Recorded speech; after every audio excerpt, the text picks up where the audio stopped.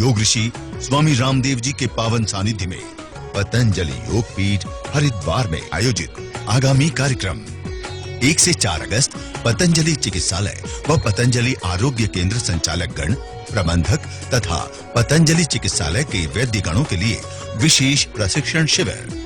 7 से 8 अगस्त पतंजलि परिवार के सदस्य गणों की बैठक, आजीवन सदस्य से बोर्ड मेंबर तक। 9 से 13 अगस्त मंथन शिविर, आमंत्रित सदस्यों की आहर्ता, प्रखर देशभक्त, शीर्ष बुद्धिजीवी, रिटायर्ड IAS IPS अधिकारीगण, रिटायर्ड जज, कर्नल से लेकर जनरल तक, सेना के अधिकारीगण या समकक्ष, रॉ व इंटेलिजेंस आदि के सेवानिवृत्त शीर्ष अधिकारी, रिटायर्ड या सेवारत प्रोफेसर या वरिष्ठ शिक्षाविद, हाई कोर्ट व सुप्रीम कोर्ट के वरिष्ठ अधिवक्ता, भिन्न भिन्न क्षेत्रों में निर्णायक क्षमता रखने वाले राष्ट्रवादी व्यक्ति जो गांव, गरीब, भारत एवं भारतीय संस्कृति के प्रति अटूट निष्ठा रखते हैं, जो इस देश में बहुत बड़ा सात्विक परिवर्तन चाहते हैं तथा काला धन एवं भ्रष्टाचार एवं भ्रष्ट व्यवस्था के विरुद्ध इस निर्णायक लड़ाई में प्रत्यक्ष या परोक्ष रूप से पूरी प्रामाणिकता व पारदर्शिता के साथ सहयोग करना चाहते हैं। मंथन शिविर में भाग लेने के लिए मुख्यालय से पूर्व पंजीकरण आवश्यक है। 15 से 21 अगस्त युवाओं के लिए विशेष शिविर। 18 से 35 वर्ष आयु वर्ग के ऐसे राष्ट्रभक्त युवा जो राष्ट्र निर्माण के इस निर्णायक आंदोलन, जो पूरी ऊर्जा के साथ अंतिम वक्त तक संघर्ष करने के लिए प्रतिबद्ध हैं, जो भारत स्वाभिमान ट्रस्ट के 5 संगठनों या युवा भारत में अपने प्रभावी एवं सक्रिय भूमिका निभाना चाहते हैं। हम प्रत्येक जिला, तहसील से युवाओं का आह्वान करते हैं, जो जीवन में योग, अध्यात्म, सेवा को मूल में रख करके काला धन, भ्रष्टाचार व व्यवस्था परिवर्तन के खिलाफ चल रहे इस आंदोलन में बहुत बड़े उद्देश्य के साथ जीना चाहते हैं, उन सभी देशभक्त युवाओं को हम आमंत्रित करते हैं।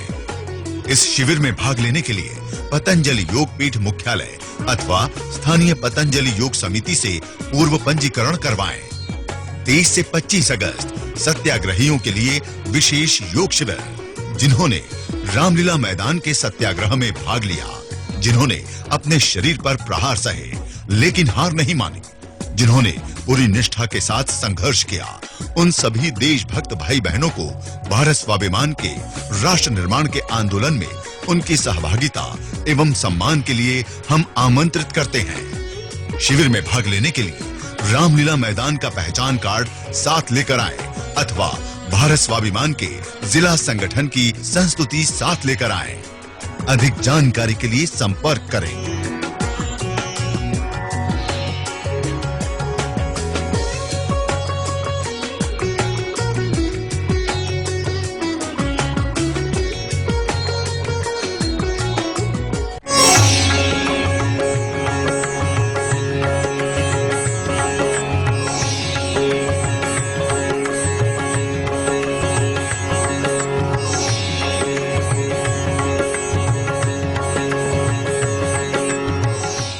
सभी पत्रकार बंधुओं को मेरा हृदय से प्रणाम, अंदरिकी ना नमस्कारालु। और आज एक खास मकसद के लिए मैं यहां पर आया हूं। यूं तो आदरणीय चंद्रबाबू नायडू साहब के साथ हमारा एक बहुत गहरा रिश्ता है और वो रिश्ता स्पिरिचुअल है, लेकिन वो अब रिश्ता आध्यात्मिक और जो राष्ट्रीय हित के मुद्दे हैं उस दिशा में हम और मजबूत करना चाहते हैं। किस देश के वो राजनेता जिनका एक उज्जवल, धवल, पवित्र चरित्र है और जिनके दिल में देश के लिए बहुत कुछ करने की भावना है,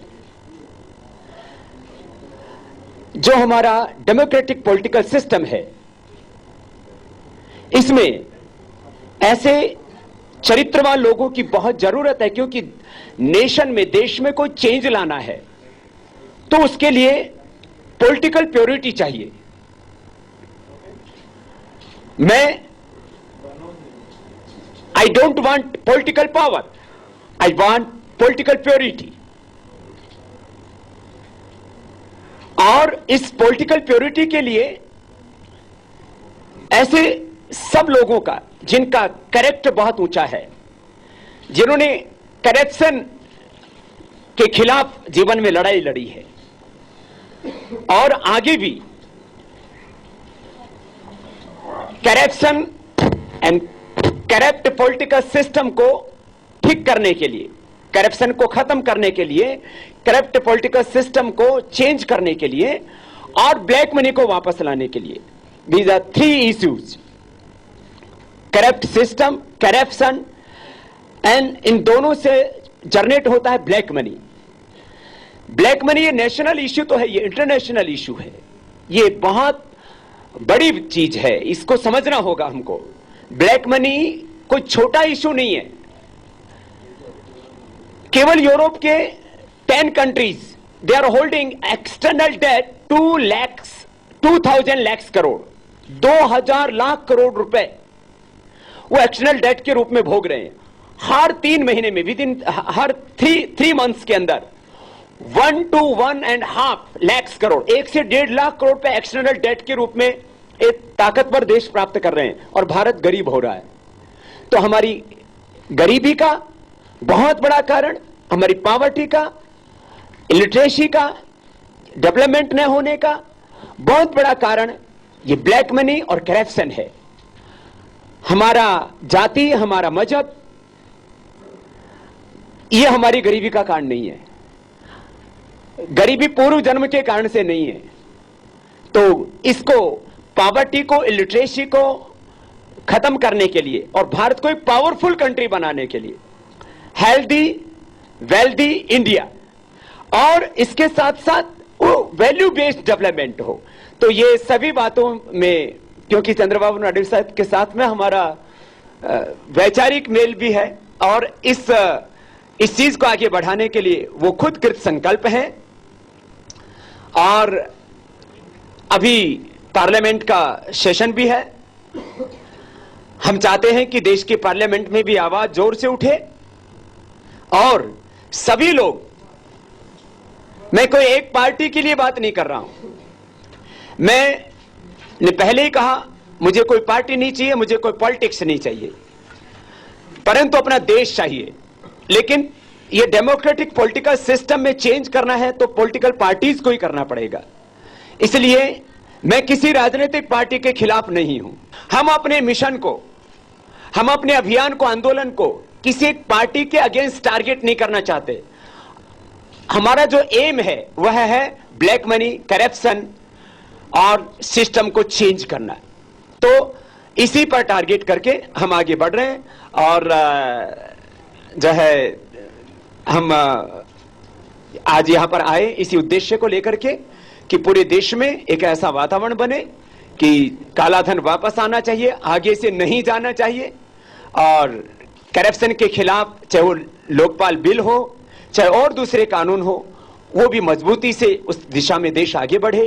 और चाहे एजुकेशन के लेवल पर, डेवलपमेंट के लेवल पर, लैंड एक्विजिशन एक्ट के लेवल पर, कहीं पर भी जो लोगों के साथ अन्याय और पक्षपात होता है उससे देश को मुक्ति मिले। तो ये कुछ इश्यूज थे जिसके ऊपर हम बात करने के लिए आज यहां पर आए। और मुझे लगता है बहुत चैलेंजेज है हमारे सामने, लेकिन भारत का भविष्य बहुत स्वर्णिम होगा। हमारे सामने भी बहुत चैलेंजेज हैं। जब कोई स्पिरिचुअल आदमी पॉलिटिकल प्योरिटी की बात करता है तो कहते हैं आप इसकी बात क्यों करते हो। तो मैं सन्यासी होने से पहले एक देशभक्त नागरिक हूं और मैं अपनी इसको मॉरल ड्यूटी मानता हूं, इसको अपनी फंडामेंटल ड्यूटी मानता हूं, और इसको हम कॉन्स्टिट्यूशनल ड्यूटी मानता हूं कि मुझे देश के लिए कुछ करना चाहिए। तो मैं एक सन्यासी होने से पहले एक भारतीय नागरिक हूं और उस नाते इस देश की भी बातों को ऊंचा आगे बढ़ाना और इस देश को आगे बढ़ाने के बारे में सोचना, ये मैं अपना संवैधानिक, नैतिक और आध्यात्मिक दायित्व मानता हूं। बस इतनी बात मुझे कहनी थी। हमारे सामने बहुत चुनौतियां, हम उससे लड़ेंगे और अंतिम सांस तक भारत की भलाई के लिए काम करेंगे। बाधाएं कितनी आए, हर एक को सच की कीमत चुकानी पड़ी। भगत सिंह, चंद्रशेखर आजाद, महात्मा गांधी, भगवान रामकृष्ण, सबको। तो हम भी हर कीमत चुकाने के लिए तैयार हैं। अभी हम, क्योंकि ये अभी हमारा तत्काल आना था, इसलिए अभी कोई बहुत ज्यादा लीडर से अभी मिलना नहीं है। अभी हम मुख्य रूप से माननीय श्री चंद्रबाबू नायडू साहब से मिलने के लिए आए थे। बाकी के लिए भी हमारे द्वार सभी के लिए खुले हुए हैं, हमने अपने दरवाजे बंद नहीं किए हैं। वक्त आने पर हम औरों से भी मिलेंगे। गवर्नमेंट ने हमारे खिलाफ ईडी और सीबीआई को लगाया और डीआरडी को लगाया, लेकिन कुछ उनको मिला नहीं। They are working last 6 months, 6 महीने से वो सब लोग काम कर रहे हैं। जब कुछ भी नहीं मिला तो बोला ये आचार्य बालकृष्ण जी का डिग्री कहां से मिला? तो ये गलत बात है। आप इशू से हट करके बिना मतलब की बात, तो वो आचार्य बोल रहा है डिग्री सही है, why Acharya Balkrishna ji is wrong? तो आचार्य बोल रहा है कि डिग्री सही है।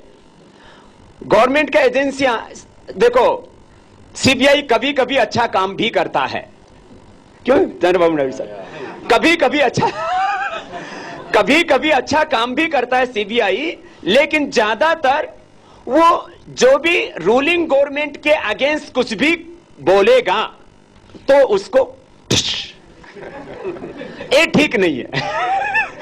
तो यदि कोई सच्चाई के साथ रूलिंग गवर्नमेंट के अगेंस्ट भी बोलता है तो उसके फंडामेंटल और कॉन्स्टिट्यूशनल राइट को दफन नहीं करना चाहिए, हमें उसको प्रोटेक्ट करना चाहिए। मैंने बोला मेरा कोई पॉलिटिकल पावर पाने का कोई एम्बिशन नहीं है। I have no ambition for political power. My mission is political purity. This is first and final declaration. అందరికీ నమస్కారాలు. ఈరోజు బాబా రామ్దేవ్ గారు రావడం, వారు చేసే పోరాటానికి దేశం మొత్తం అందరి యొక్క మద్దతును కూడగడుతున్నారు. ఇది చాలా సంతోషం. ఒక స్పిరిచువల్ లీడర్గా, ఒక యోగా బ్రహ్మాండంగా ప్రజల్లోకి తీసుకుపోయి భారతదేశం మొత్తం ఆరోగ్యంగా ఉండాలి, అదే మరిగా ఆనందంగా ఉండాలి. ఆయన సంకల్పం చూస్తే ఆయన రాజకీయ సంకల్పంతో రాలేదు, ఏ రాజకీయ పార్టీలతో కలిసి పనిచేయడం లేదు. ఆయన ఎన్ని సంవత్సరాలుగా చేసింది యోగాని.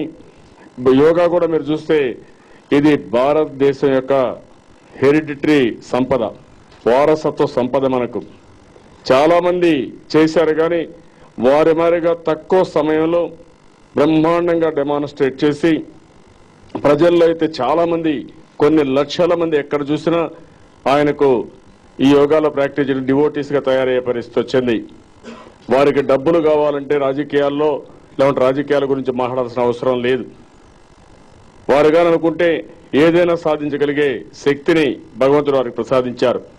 వారి ఉద్దేశం ఈరోజు ఈ అవినీతి పైన వచ్చినప్పుడు ఢిల్లీలో మీరు చూశారు, ప్రణబ్ ముఖర్జీ అయితే ఎయిర్పోర్ట్కి వెళ్ళాడు, ఎయిర్పోర్ట్కి వెళ్ళి డిస్కస్ చేశారు, హోటల్కి వెళ్ళారు, అన్ని విధాల ప్రయత్నం చేశారు. అదే మరిగా వారిని ఏదో ఒక విధంగా అక్కడ చేసిన ఫాస్టింగ్ చేయనీయకుండా చేయాలి, నిరాహార దీక్ష చేయనీయకుండా చేయాలని ప్రయత్నం చేశారు. ఏదైతే వారు కూడా అడిగింది కొన్ని నిర్దిష్టమైన డిమాండ్స్ అడిగారు. అవినీతి పైన ఏ విధంగా పోరాడతారు, బ్లాక్ మనీని ఏ విధంగా కంట్రోల్ చేస్తారు, స్విట్జర్లాండ్ కానీ విదేశాల్లో ట్యాక్స్ 7 కంట్రీస్ లో వచ్చే డబ్బుల్ని ఏ విధంగా అకౌంట్ ఫర్ చేస్తారు, ఆ డబ్బుల్ని ఏ విధంగా ఇల్లీగల్ మనీ వస్తే ఏ విధంగా ఇల్లీగల్ గా డిక్లేర్ చేయడమే కాకుండా దాన్ని పనిష్ చేయమని, నేషనల్ వెల్త్ గా డిక్లేర్ చేయమని వారు డిమాండ్ చేశారు. అది చెయ్యలేకుండా వారు చేసే ఫాస్టింగ్ శిబిరాన్ని భగ్నం చేసే పరిస్థితికి వచ్చారు. అక్కడి నుంచి కావాలని వారి మీద బురద జల్లే పరిస్థితికి వచ్చారు. దీన్ని మేము చాలా తీవ్రంగా ఖండిస్తున్నాం, గర్హిస్తున్నాం. వారు చెప్పినప్పుడు ఈరోజు ఒకసారి మీరు ఆలోచిస్తే భారతదేశం ఒక గొప్ప దేశం. ఈరోజు ప్రపంచ దేశాల్లో 25-30 సంవత్సరాల్లో అగ్రదేశంగా తయారవుతుందని ఆర్థిక శాస్త్రవేత్తలందరూ కూడా ఒప్పుకున్న నగ్న సత్యం. మనం ఆర్థిక సంస్కరణలు ప్రారంభించినప్పటి నుంచి దేశం యొక్క భవిష్యత్తు పూర్తిగా మారిపోయింది. దేశంలో సంపద విపరీతంగా వచ్చింది. ఏదైతే ఆర్థిక సంస్కరణల ఫలితాలు పేదవాళ్లకు తీసుకుపోవాలనో అవి తీసుకుపోకుండా ఎక్కడికక్కడ అవినీతి విచ్చలవిడిగా పెరిగిపోయి ఎక్కడ చూసినా దేశంలో అవినీతి పరులు పెరిగిపోయారు. దేశం పూర్తిగా భ్రష్టు పట్టే పరిస్థితికి వచ్చింది. ఇలాంటి సమయంలో ఈ దేశంలో రాజకీయ నాయకులు పోరాడాలి, స్పిరిచువల్ లీడర్స్ రావాలి, వాల్యూ బేస్డ్ సొసైటీ కావాలి అనుకునే ప్రతి ఒక్కరు కూడా ముందుకు రావాల్సిన అవసరం ఉంది. I really appreciate Baba Ramdev ji for taking this initiative. He is moving across the country. He is meeting all cross sections of the people. He is taking a very big effort to control corruption. He made it very clear he is not interested in politics. He is not interested in political power. He is interested only political purity. That is the ambition of every citizen in this country. Some greedy people are manipulating like anything. They are earning money. They are keeping in Swiss banks. And also they are playing with the country's interest. Now I am very happy he is taking up this issue. We will be with him. We will extend all the cooperation. Even not only eradication of black money and also fighting against corruption, we have to take some more reforms. That is financial reforms, even political reforms, administrative reforms. Then only this country will have bright future. Nobody is having any doubt about India. Only the problem, India will be a developed nation. Developed nation should be corrupt-free nation. Values should be there. Today people are looting left and right, and this is not good for the nation, and also international also will have a problem. With this, I really appreciate his efforts. We will extend all the cooperation. Finally, Ramdev Babaji, I am telling you very clearly, आपके साथ हम corruption और भ्रष्टाचार के खिलाफ Telugu Desam party लड़ेंगे. We will be with you. We will fight. Even like-minded people will organize. This country is a great country. We have to fight against corruption. We have to protect values. Then only this country will have a leading role in the world itself. I really appreciate your efforts. Thank you. देखिए, मैं तो सबसे पहले कांग्रेस से मिला, लेकिन वहां से जो मिलने के बाद जो देश को मिलना चाहिए था वो नहीं मिला. तो इसका मतलब कुछ थोड़ा मन को दुख तो है इस बात का, लेकिन कांग्रेस में भी कुछ अच्छे लोग हैं. मुझे लगता है उनके लिए मेरे दरवाजे खुले हुए, मैं किसी को अछूत नहीं मानता. और बीजेपी को भी क्यों अछूत मानूं? सभी पार्टीज में सभी अच्छे लोगों से और सभी पॉलिटिकल पार्टीज के लीडर्स से, मैंने कहा पॉलिटिकल रिफॉर्म लाना है तो वो इस देश के अंदर पॉलिटिकल पार्टीज के द्वारा ही आएगा. This is our democratic political system. यहां कोई राजशाही तानाशाही नहीं है. तो उसमें प्योरिटी लाने के लिए तो एक बड़ा हमारा कैंपेन है. तो हम सभी पार्टीज के लोगों से मिलेंगे, इसमें कोई शंका नहीं होनी चाहिए. हम सबके हैं और सब हमारे हैं. हम सब मिलके लिए देश के लिए काम करेंगे. तो कोई भी इसके अंदर जो है बाधा मुझे नहीं दिखता है, और सब मिलकर के काम करेंगे तो जरूर इसमें हमारा देश एक बहुत पावरफुल कंट्री बनेगा, जब भी इसके अंदर भ्रष्टाचार मिटेगा और कालाधन आएगा. हमने कहा एक राजनीतिक अच्छा विकल्प आना चाहिए, हमेशा ही बोला राजनीतिक विकल्प. नहीं, देखिए हमने बोला, जो पहले बोला वो अभी बोल रहे हैं. आप लोगों को जो है, अब आपसे तो पहले भी मैंने बोला था कि एक अच्छा विकल्प होना चाहिए. मैंने पहले भी यहां प्रेस कॉन्फ्रेंस की. विकल्प देने का वादा आप पे भारी पड़ गया. अरे विकल्प कोई भारी नहीं पड़ा. मैंने कहा कोई भी आप स्ट्रगल करेंगे तो संकट तो आएंगे ना, तो इसमें घबराने की क्या बात है. हम घबराए होते तो आज हरिद्वार में बैठे होते. अभी तो अगस्त महीने के बाद पूरे देश में हम जाएंगे और लाखों लोगों की ऐसे ही फिर सभाएं होंगी जैसे पहले हो रही थी। तो घबराने की कोई बात ही नहीं, ठीक है। सीबीआई ने जो है दो चीजें पूछी, एक तो 4 जून की जो है कॉपी मांगी है और दूसरा बालकृष्ण कहाँ है, लापता है करके। ना, कोई लापता नहीं है, लापता धन है, वो विदेश से आएगा। बालकृष्ण जी यही है। One more thing, I want to condemn the attitude of the CBI and also Congress government on one issue. Baba Ramdev is fighting against corruption. To victimize him, it is not good. It is a good organization. All these days, they didn't do anything. All of a sudden, they are having doubts about Balakrishnan degree or something else. I am unable to understand. The way they are behaving, it is very bad. I totally condemn the attitude of Government of India. You stop all these things. Those who are fighting against corruption, you wanted to victimize them. That means you are supporting corruption. It is very bad. So immediately they have to stop all these things, and also they have to encourage those who are fighting against corruption. That is what they have to do. No fear for him. People are with him. You will fight against everything on corruption. आज इस तेरा पंथ भवन में जो इस युग के महान आचार्य, युग प्रवर्तक, युग पुरोधा, महानायक आचार्य श्री तुलसी जी के धर्मानुशासन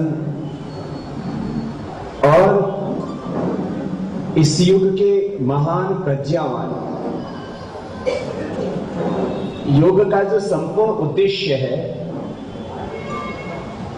वो व्यक्ति की अंतः शक्ति, अंतः प्रज्ञा को जगाना है। और महर्षि पतंजलि ने कहा कि व्यक्ति यदि योग सिद्ध है तो उसका लक्षण क्या है? तो ऋतंभरा तत्र प्रज्ञा, समाधिपाद का निष्कर्ष, निचोड़, सार। क्यों उस व्यक्ति को ऋतंभरा प्रज्ञा उपलब्ध हो जाती है और ऋतंभरा प्रज्ञा को प्राप्त करके व्यक्ति को जीवन और जगत का सत्य दिखता है, यथार्थ में वह कृतार्थ हो जाता है। आचार्य श्री महाप्रज्ञ जी वो ऋतंभरा प्रज्ञा से, दिव्य मेधा से युक्त एक इस युग के महान ऋषि, और उन ऋषि के हम अनुगामी हैं। और मुझे तो उनसे मिलने का, साक्षात उनके दर्शन और मार्गदर्शन का भी सौभाग्य प्राप्त हुआ। ऐसे महापुरुष युगों युगों के बाद धरती पर पैदा होते हैं। उनके विचारों और सिद्धांतों, जीवन मूल्यों और उनके द्वारा स्थापित आदर्शों को आगे रख करके बढ़ रहा तेरा पंथ भवन, तेरा पंथ ये संस्था, और अणुव्रतों के द्वारा अपने जीवन को उच्च आध्यात्मिक व्रतों और संकल्पों से संजोते हुए आप सब साधक भाई बहन, और हमारे बीच में पूज्य श्रद्धेय मुनिश्री जिनेश कुमार जी, नवरतन जी और श्री प्रसन्न भंडारी जी, और हमारे जैन समाज के ही वरिष्ठ जिनकी बात श्रद्धा है इस पूरे पतंजलि पीठ परिवार के प्रति भी, भाई रतनलाल जी, भाई श्रीधर जी, मंजूश्री जी, बहन सुनीता जी, हमारे सभी कार्यकर्ता, क्योंकि पूज्य आचार्य श्री के परिवार और पतंजलि पीठ परिवार को मैं एक ही पथ का अनुगामी मानता हूं। तेरा पंथ तो एक नाम है, तेरा मन भगवान का, तेरा पंथ प्रभु तेरे ही सब पंथ है। हम तो उसके पथ पर चलने वाले राही हैं। राह सबकी धर्म की है, हम सब राही हैं, और हम सबका जो ध्येय है वह परम सत्य को उपलब्ध होना है। सब महापुरुषों का एक ही उद्देश्य है, सब उच्च चेतना से युक्त होकर के जिए। जब हम उच्च चेतना से युक्त होते हैं तब हमारे जीवन में कोई विकार नहीं होता, कोई अंधकार नहीं होता। जब हम उच्च चेतना से युक्त होते हैं तब हमारे जीवन में कोई भय नहीं होता, कोई भ्रांति नहीं होती, कोई लोभ नहीं होता, कोई आकर्षण नहीं होता, कोई घृणा नहीं होती, कोई चाह नहीं होती। हम तो तृप्त हैं। तृप्त को तृष्णा कैसे हो सकती है? जब हम उच्च चेतना से युक्त होते हैं तब ये जितने भी मानवीय जीवन में विकार हैं इनसे मुक्त हो जाते हैं। इसलिए जो उच्च चेतना से युक्त होता है वो जीवन मुक्त होता है। इसलिए आवश्यकता है व्यक्ति की चेतना के रूपांतरण, सब सब दर्शन, सब उपनिषद, सब प्रकार का धर्म अनुशासन, हमारे जितने भी संप्रदाय हैं, जितने भी मतपंथ, उन सब का ध्येय एक ही है और वो ये कि हम उच्च चेतना से युक्त कैसे हैं। दो ही तरह की मनोवृत्तियां, दो ही तरह की प्रवृत्तियां, दो ही तरह के प्रवाह, एक निम्न चेतना का, एक उच्च चेतना का। महर्षि वेदव्यास कहते हैं, चित्त नाम नदी उभय तो वाहनी, वही पुण्याय वही पापाय। ये चित्त नाम की नदी दो प्रवाह है इससे, एक पुण्य प्रवाह, एक पाप प्रवाह। पाप प्रवाह में नीचे क्यों देखी जाता है, पुण्य प्रवाह में ऊपर क्यों देखी जाता है? हमारे चित्त में जो विचारों का प्रवाह है, भावों का प्रवाह है, ज्ञान का प्रवाह है, संवेदनाओं का प्रवाह है, चित्त में जो चेतना का प्रवाह है वो पुण्यशील हो, पुण्यवान हो। मुझे लगता है हमारे सभी भाई बहन ऐसी ही उच्च चेतना से युक्त रहते हैं, और जो उच्च चेतना से युक्त रहता है वो जीवन मुक्त रहता है, और जो उच्च चेतना से युक्त रहता है वो पापों से मुक्त रहता है, वह अंधेरे से मुक्त रहता है, वह ज्ञान से युक्त रहता है, भगवान से युक्त रहता है, धर्म से युक्त रहता है। दो तरह की संपदाएं हैं ना, दैवी आसुरी संपदा है। वो दैवी संपदाओं से युक्त रहता है। जीवन में और जगत में जो देवा से संग्राम चल रहा है उसमें जो दैवी चेतना से युक्त होंगे वो दैवी संपदा से युक्त होकर के जीवन में सदा तृप्त रहेंगे। जब हम सत्संग में होते हैं, जब हम शमशान में होते हैं और जब हम संकट में होते हैं तब हमारे मन में पाप लेश मात्र भी नहीं होता है। काश यही स्थिति हमारी सदा बनी रहे। जैसे ही सदगुरु का, समर्थ गुरु का सानिध्य हटता है तो कहीं ना कहीं हमारी उचित से ज्ञान का प्रभाव भी लुप्त सा हो जाता है। ऐसा नहीं होना चाहिए। अब माना आचार्य महाप्रज्ञ ऐसे महान गुरु, वो आज प्रत्यक्ष हमारे बीच में नहीं, लेकिन वो 24 घंटा हमारे केंद्र में रह सकते हैं। उसे उनको आंखों के सामने रखे काम करें तो जीवन में लेश मात्र भी दुख नहीं होगा, क्लेश नहीं होगा। ऐसे ही चाहे महर्षि पतंजलि हो, चाहे तमाम हमारे महापुरुष और ऋषि मुनि हो, उनको हम अपने आंखों के सामने रखें। मैं तो हमेशा बोलता हूं 5 बातें हमेशा जीवन में रखो। सबसे पहली और अनिवार्य बात, उच्च चेतना से युक्त रहो। फिर दूसरी बात अपने आप ही घटित होगी, तुम सहज समाधि में जीवोगे, चाहे खुली आंखों से देखो या बंद आंखों से। हमारे लिए संसार भोग की वस्तु नहीं। हम उपभोक्तावाद को, बाजारवाद को, पूंजीवाद को, इसको हम आदर्श नहीं मानते। पूंजीवाद, उपभोक्तावाद, बाजारवाद, भोगवाद, जड़वाद, ये हमारी संस्कृति नहीं है। हम जगत को भोग की वस्तु नहीं मानते। 2 तरह की मान्यताएं संसार में ज्यादा है, एक पलायनवादी, एक भोगवादी। हमारी संस्कृति और हमारे संत, हमारे शास्त्र कहते हैं न भोगो न भागो। भोगने वाले जड़ है, मूढ़, अज्ञानी, अविवेकी, अप्रबुद्ध है। भागने वाले कायर, कमजोर, बुज़दिल है। भागो नहीं, भोगो नहीं, जागो। और ये जो विपश्यना साधना है, ये जो हम अंतर्मुखी होते हैं, प्रज्ञावान होते हैं, साक्षी भाव से प्रेक्षा ध्यान करते हैं। प्रेक्षा की साधना है, प्रेक्षा ध्यान है, विपश्यना ध्यान है, अष्टांग योग है, समाधि योग है, क्रिया योग है, राजयोग है, सब योगों का तात्पर्य क्या है? आपके अंतर्दृष्टि खोल देना। और हम सहज समाधि में थी। ये जगत भोग की वस्तु नहीं, हम जड़वादी नहीं है, हम बाजारवाद, उपभोक्तावाद और पूंजीवाद को अपना आदर्श नहीं मानते। हमारे लिए ये जगत भगवान का स्वरूप है, उसे निराकार ने इस साकार को रचा है। एक अदृश्य शक्ति है, एक अदृश्य सत्ता है, उसने ही इसे ये सारा दृश्य रूप धारण किया है अपनी ही शक्ति से, अपनी ही महिमा से।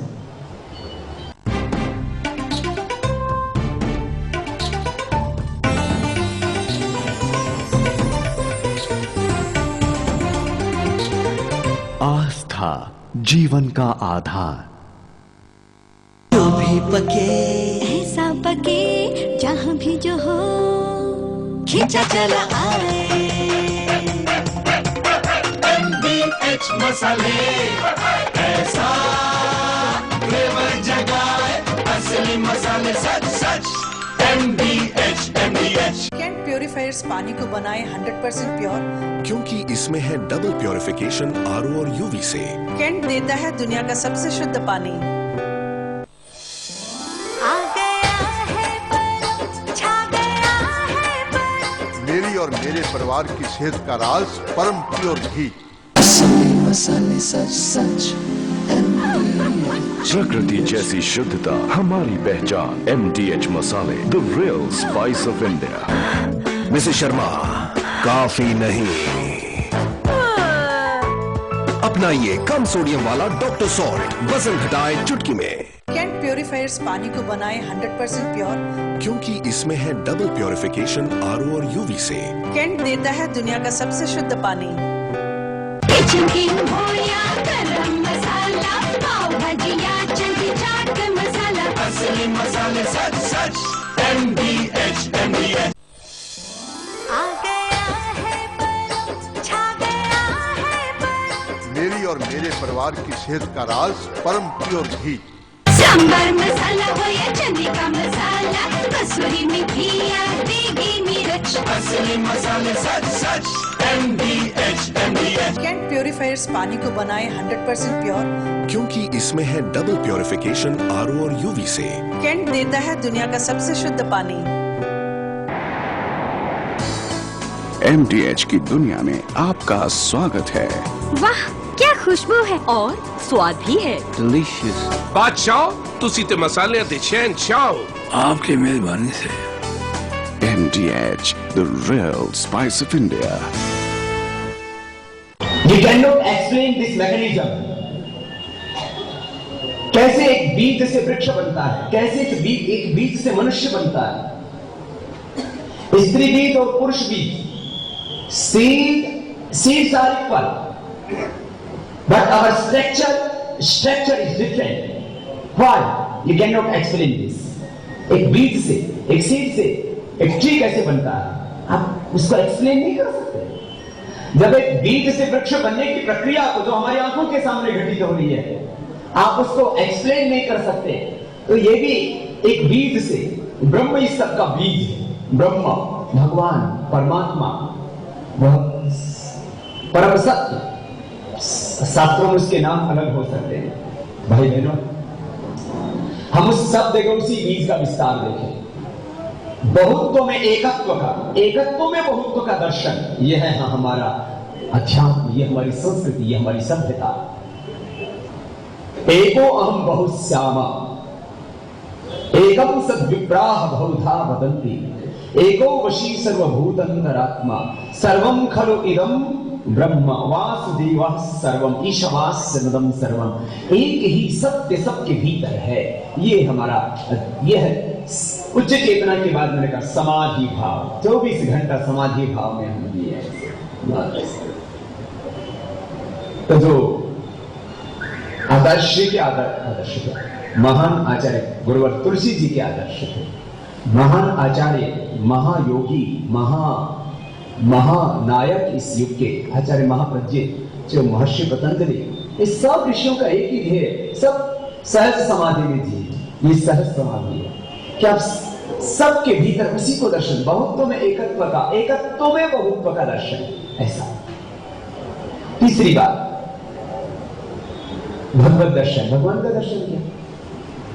आपको किसी चीज को देखना है, मैं आपको किसका दर्शन कराऊं? घड़ी का, गाड़ी का, मोबाइल का, पेपर का? पेपर कैसा होता है? कई रंग का होता है जिस पर कुछ लिखा जाता है, ये पेपर है। दिखा दिया आपको, पेपर का दर्शन करा दिया। चलो, घड़ी मेरे पास है, घड़ी का दर्शन करा देता हूं। घड़ी कैसी होती है? जो समय दिखाती है, ऐसे टक टक करके चलती है, एक सेकंड में। ना भी चलती हो तो आपको टाइम बता देती है, 1 बज गया, 2 बज गया। ठीक है, आपको घड़ी दिखाई जाता, पहचान लोगे ना? बोलो क्यों? आपको पता है घड़ी कैसी होती है। गाड़ी पहचान लोगे, उसके मॉडल अलग अलग हो सकते हैं। ठीक है, गाड़ी को पहचान लेते हैं, मोबाइल भी पहचान लोगे, कंप्यूटर भी पहचान लोगे। ठीक है, तो भगवान को पहचानने में क्या दिक्कत है? हमको ये नहीं पता उसका मॉडल कैसा है। तो भगवान के डिफरेंट मॉडल है। Everything is God and God is everything. This is model of our God. तो फिर आपको फिर दिक्कत क्या है? सब आकार भगवान के हैं, सब आकारों में वही है। उससे सब है, उसके सब है, उसमें सब है। ये भागवत दर्शन, भगवत दर्शन। सहज समाधि, भाव समाधि इसको हम बोले, ब्रह्म भाव। जब ये तीनों चीजें होंगी जीवन में, उच्च चेतना से युक्त रहेंगे, समाधि भाव में रहेंगे, ब्रह्म भाव में रहेंगे, तो हमारा कर्म दिव्य होगा, दिव्य कर्म और दिव्य जीवन। बस ये 5 बातें मुझे आपसे कहनी है। यदि याद रहेंगी ना, क्या बोला मैंने सबसे पहले? बोले तो उच्च चेतना से युक्त रहना, तो समाधि भाव और ब्रह्म भाव उसका परिणाम होगा।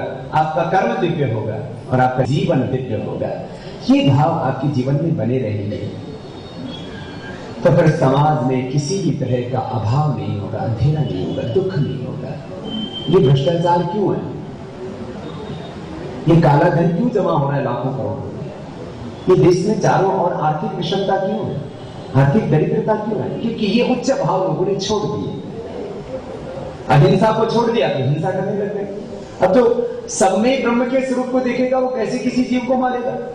मात्र को हत्या का ही निषेध नहीं, हर प्राणी की हत्या का निषेध होना चाहिए। जितना मनुष्य को जीने का अधिकार है, उतना ही चींटी से लेकर के हाथी तक दृश्य जीवों को जीने का अधिकार है। यही तो जैन दर्शन है, यही जैन दर्शन है और यही सबका दर्शन है। ये प्राणी मात्र का दर्शन है, जन जन का दर्शन। अब कई अर्थ हो सकते हैं इसके। जो आत्म तत्व की अन्वेषण सर्वत्र करते हैं और आत्मरूपी सत्य की जो उपासना करते हैं, वो जिनके उपासक जैन और जन जन के भीतर जो उसी परब्रह्म को देखते हैं। भाई बहनों, ये 5 उच्च आध्यात्मिक सत्यों की मैंने बात की और बात अहिंसा की। बात सत्य, अहिंसा सत्य अस्ते। अस्ते का मतलब क्या होता है? चोरी नहीं करना। ये चोरी करने को क्या बोलते हैं? तो फिर हिंसा, अहिंसा तो धर्म है, योग है, तो फिर हिंसा योग का अतिक्रमण है। ये योग नहीं है। सच बोलना ये योग है, सत्य योग है। झूठ बोलना ये पाप है, धर्म है, योग नहीं है। अस्ते चोरी ना करना ये योग है, और चोरी करना ये क्या है? यही भ्रष्टाचार है। तो बोलो, सब लोग चाहते हैं ना कि भ्रष्टाचार नहीं होना चाहिए?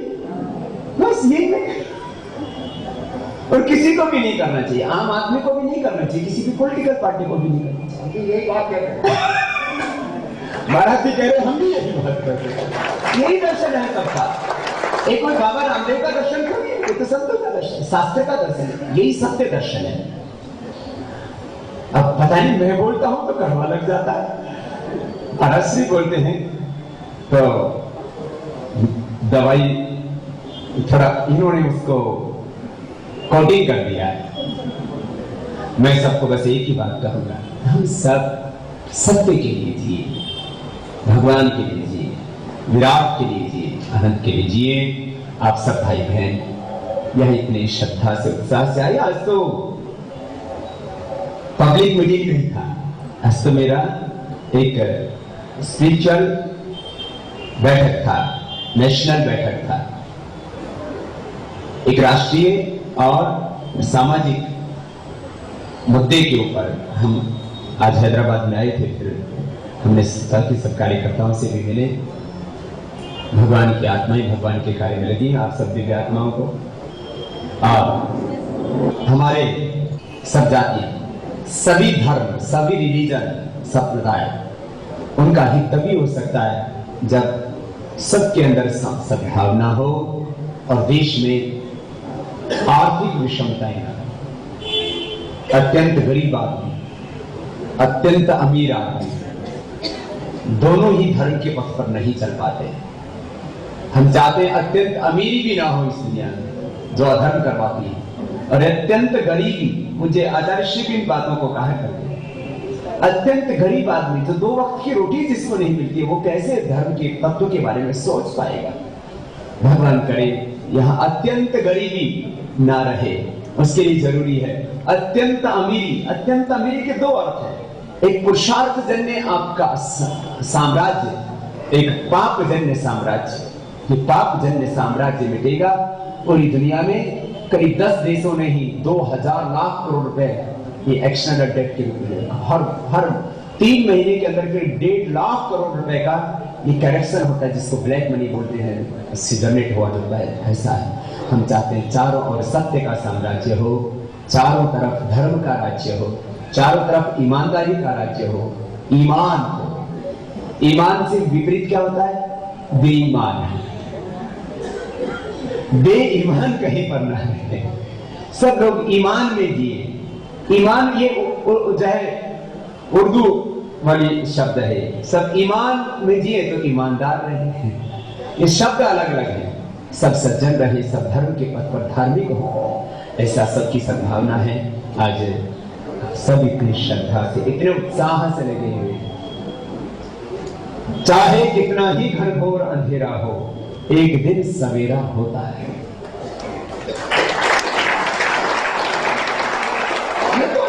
ये तो पूरी सृष्टि का सिद्धांत है, और जब सवेरा होता उससे पहले अंधेरा और घना होता है। पतझड़ के बाद बसंत आती, माना चारों ओर घनघोर अंधेरा है, लेकिन सवेरा होगा।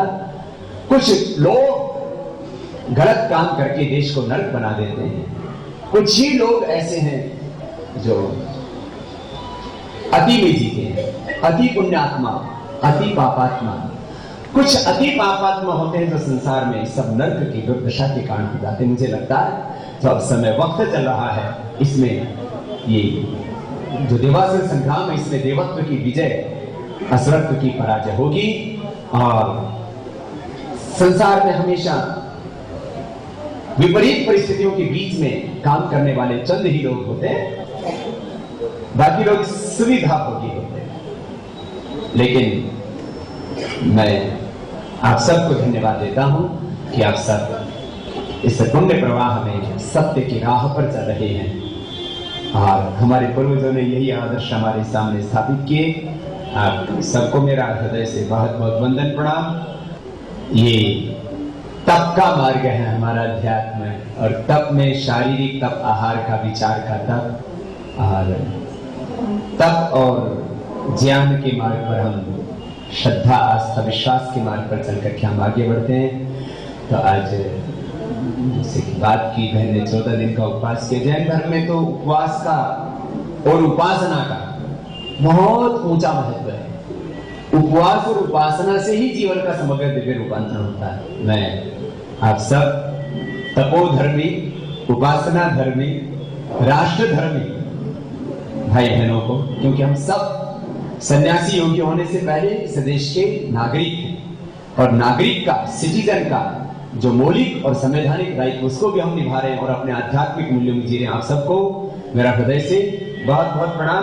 पूज्य मुनिश्री का, जो हमारे जैन शासन को आगे बढ़ा रहे हैं, ऐसे पूज्य मुनिश्री दिनेश कुमार जी को मैं पुनः हृदय से प्रणाम वंदन करता हूँ, आप सबका अभिनंदन करता हूँ। जय जय।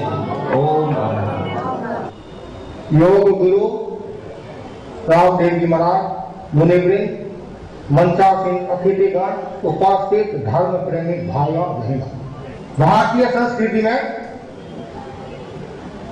संतों की वाणी का हमेशा महत्व रहा है। जो संतों की वाणी सुनते हैं वे अपने जीवन को धन्य बनाते हैं और संतों की वाणी सुनने से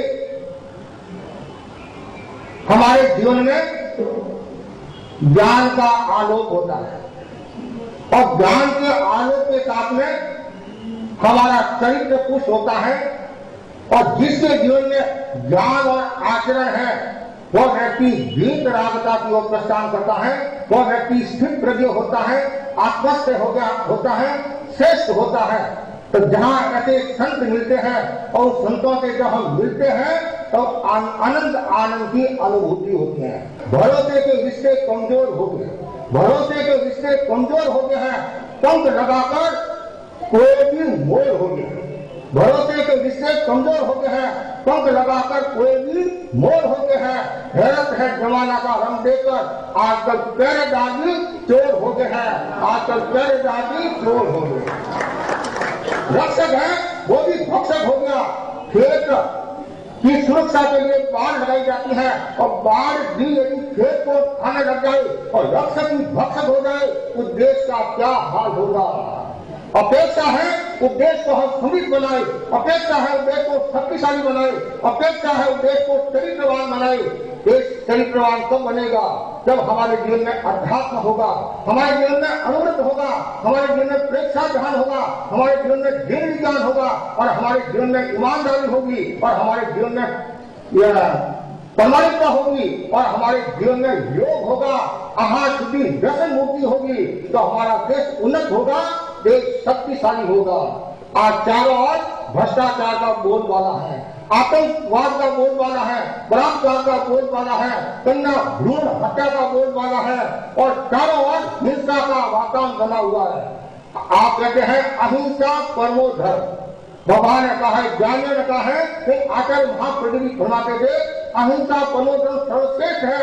कहना यह चाहिए अपरिग्रह परमो धर्म है। आदमी हिंसा क्यों करता है? परिग्रह के लिए हिंसा करता है। आदमी हिंसा क्यों करता है? तनाव से ग्रसित होता है, रोटी कपड़ा और मकान आवश्यकता है वो नहीं मिलती है तो वो तनाव में होता है तो वो हिंसा करता है।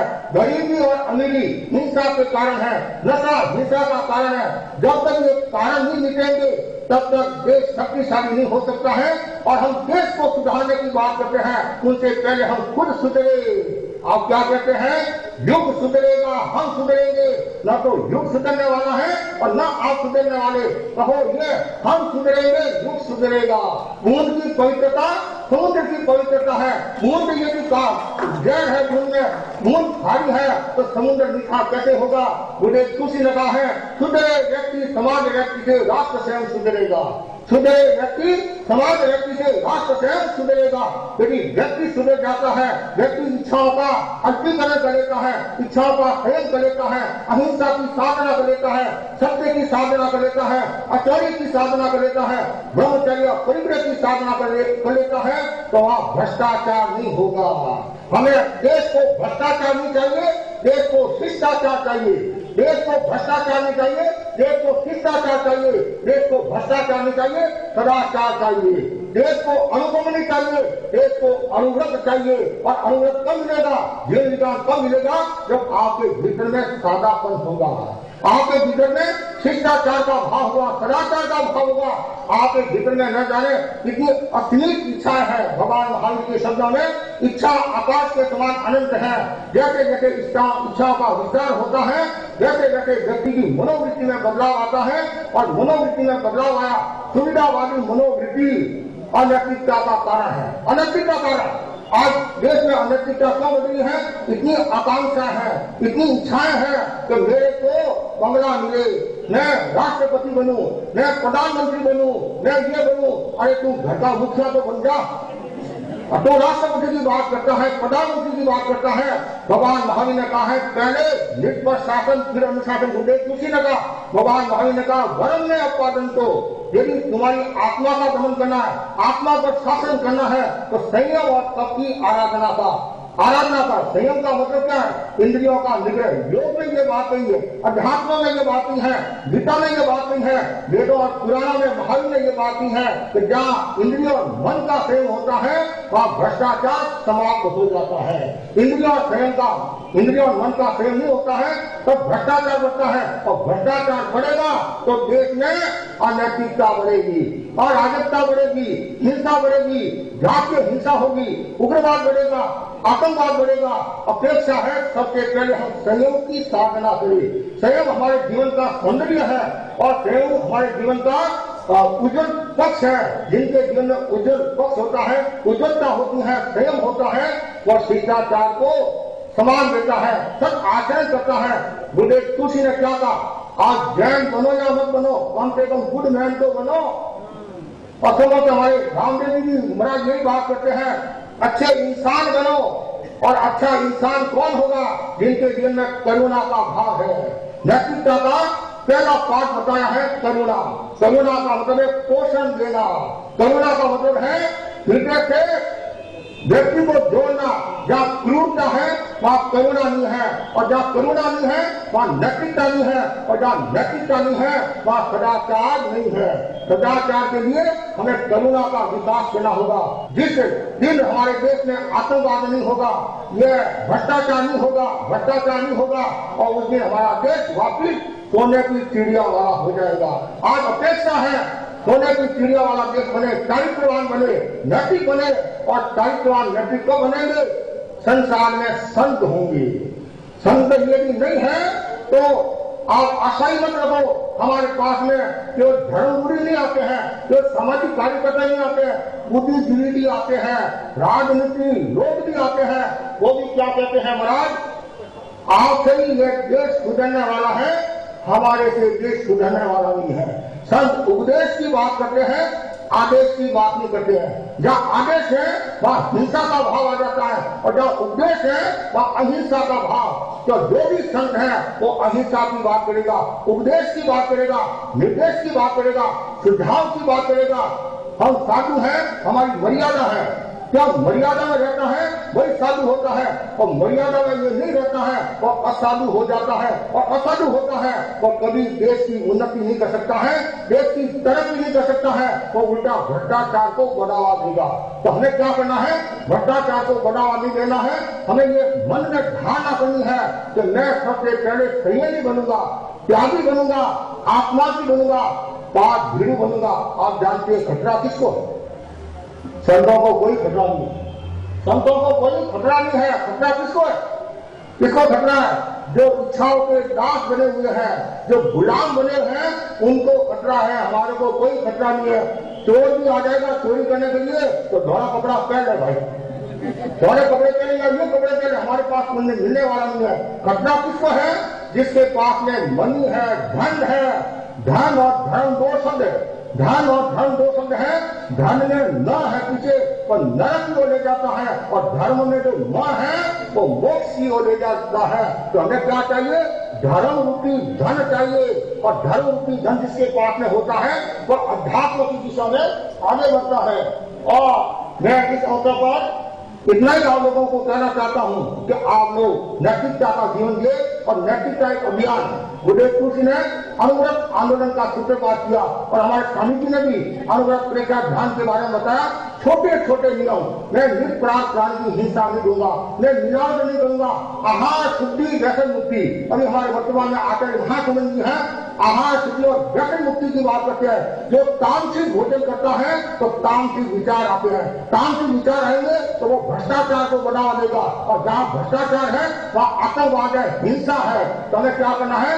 तामसिक आहार का परिहार करना है, मानसिक आहार का परिहार करना है, और सदैव ये भावना भाई कि मैं अच्छा जीवन जीऊं, और अच्छा जीवन जीने के लिए सात्विक विचार चाहिए, सात्विक आहार की अपेक्षा रहती है, सात्विक भाव की अपेक्षा रहती है। तो ये योग साधना के द्वारा, प्रेक्षा ध्यान के द्वारा और अनुव्रत के द्वारा हम इसकी प्राप्ति कर सकते हैं। तो आज मैं पहली बार योग गुरु रामदेव जी महाराज से मिला। ऐसे हम सूरत में थे आचार्य महाप्रभु जी के साथ में, जिस दिन हमने विवाह किया उसी दिन आपको वहां आना हुआ, मिलना भी हुआ। और देखो हम जानते हैं संत होते हैं तो संत संत से मिलते, ज्ञानी से ज्ञानी मिले करे ज्ञान की बात, और मूर्ख से मूर्ख मिले के मुक्का पेला।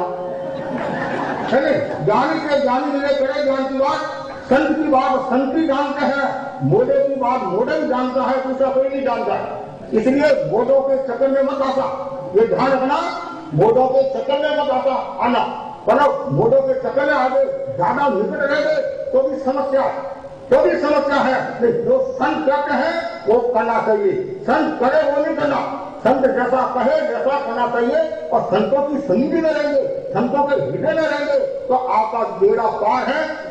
नीचे रहोगे तो पिल्ला है, ऊपर रहोगे तो गर्व है, समझे? ऊपर कभी नहीं रहा, संतों के दास बने हुए लोग संत जैसा निर्देश से त्याग की बात करे उसका अनुकरण करना चाहिए। तो रामदेव जी महाराज आचार्य महापंडित जी से परिचित है और प्रेक्षा ध्यान में आपको भी रुचि है, ध्यान साधना में रुचि है, और हमने खूब आपके बारे में सुना, योग साधना के बारे में सुना, और अभी आपके जो मुख्य मुद्दे हैं उन पर भी आप खूब काम कर रहे हैं। तो मैं आपके प्रति मंगल कामना करता हूँ। आपका जो उद्देश्य है और वो उद्देश्य आपका सफल हो, नैतिकता का अभियान वाला उद्देश्य है, और जहाँ नैतिकता है वहाँ सबका समर्थन है, नैतिकता में सबका समर्थन है।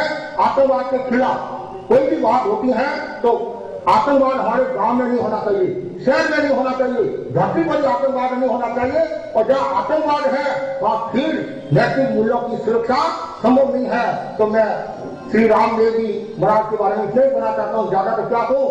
13 पंथ भवन में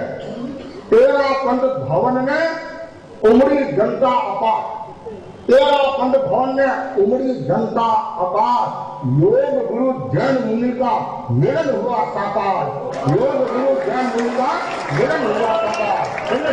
हाँ, हमारा जो भारत है वो अखंड देश। एक चिटकरे के साथ मैं बात को संपन्न करता हूँ।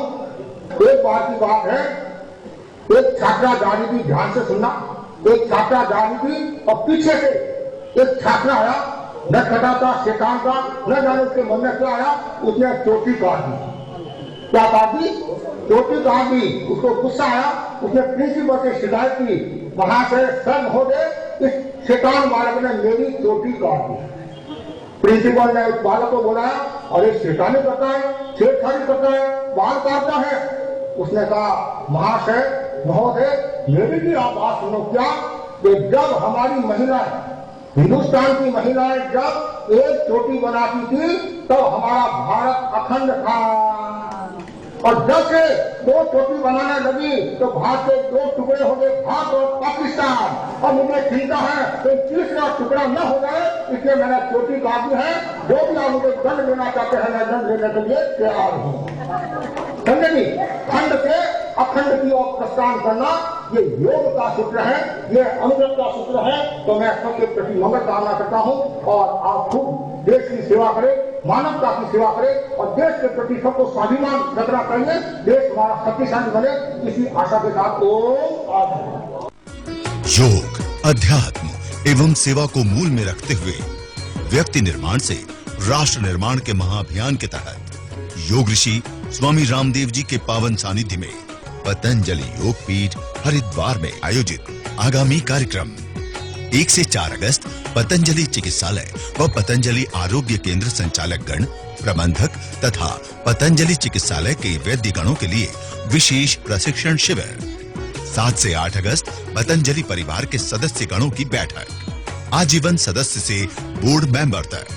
9 से 13 अगस्त मंथन शिविर, आमंत्रित सदस्यों की आहर्ता, प्रखर देशभक्त, शीर्ष बुद्धिजीवी, रिटायर्ड IAS IPS अधिकारीगण, रिटायर्ड जज, कर्नल से लेकर जनरल तक, सेना के अधिकारीगण या समकक्ष, रॉ व इंटेलिजेंस आदि के सेवानिवृत्त शीर्ष अधिकारी, रिटायर्ड या सेवारत प्रोफेसर या वरिष्ठ शिक्षाविद, हाईकोर्ट व सुप्रीम कोर्ट के वरिष्ठ अधिवक्ता, भिन्न भिन्न क्षेत्रों में निर्णायक क्षमता रखने वाले राष्ट्रवादी व्यक्ति जो गांव, गरीब, भारत एवं भारतीय संस्कृति के प्रति अटूट निष्ठा रखते हैं, जो इस देश में बहुत बड़ा सात्विक परिवर्तन चाहते हैं तथा काला धन एवं भ्रष्टाचार एवं भ्रष्ट व्यवस्था के विरुद्ध इस निर्णायक लड़ाई में प्रत्यक्ष या परोक्ष रूप से पूरी प्रामाणिकता व पारदर्शिता के साथ सहयोग करना चाहते हैं। मंथन शिविर में भाग लेने के लिए मुख्यालय से पूर्व पंजीकरण आवश्यक है। 15 से 21 अगस्त युवाओं के लिए विशेष शिविर। 18 से 35 वर्ष आयु वर्ग के ऐसे राष्ट्रभक्त युवा जो राष्ट्र निर्माण के इस निर्णायक आंदोलन, जो पूरी ऊर्जा के साथ अंतिम वक्त तक संघर्ष करने के लिए प्रतिबद्ध हैं, जो भारत स्वाभिमान ट्रस्ट के 5 संगठनों या युवा भारत में अपने प्रभावी एवं सक्रिय भूमिका निभाना चाहते हैं। हम प्रत्येक जिला तहसील से युवाओं का आह्वान करते हैं जो जीवन में योग, अध्यात्म, सेवा को मूल में रख करके काला धन, भ्रष्टाचार व व्यवस्था परिवर्तन के खिलाफ चल रहे इस आंदोलन में बहुत बड़े उद्देश्य के साथ जीना चाहते हैं। उन सभी देशभक्त युवाओं को हम आमंत्रित करते हैं। इस शिविर में भाग लेने के लिए पतंजलि योगपीठ मुख्यालय अथवा स्थानीय पतंजलि योग समिति से पूर्व पंजीकरण करवाएं। 23 से 25 अगस्त सत्याग्रहियों के लिए विशेष योग शिविर।